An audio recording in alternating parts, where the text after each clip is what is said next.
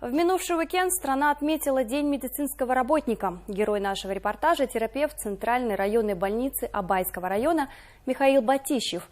О молодом докторе подробнее расскажет Нуржан Танирбергенов.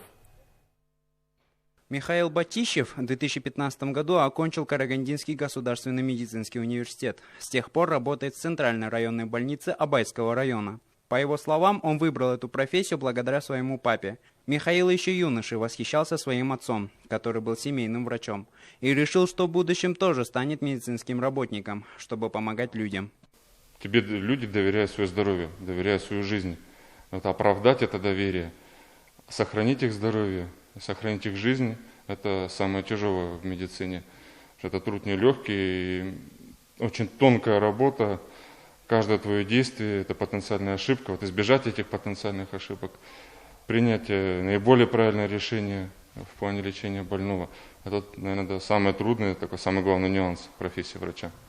По словам коллег, Михаил отличается способностью анализировать факты, собирать необходимую информацию и на основании этого принимать взвешенные решения.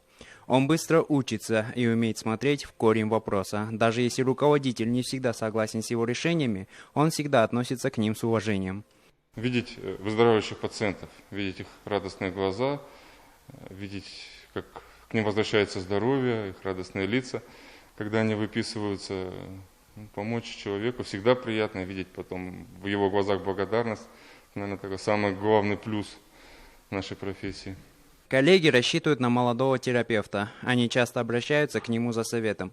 Михаил принимает активное участие в общественной жизни не только больницы, но и поселка Топар. Он часто оказывает помощь в организации проведения значимых праздников.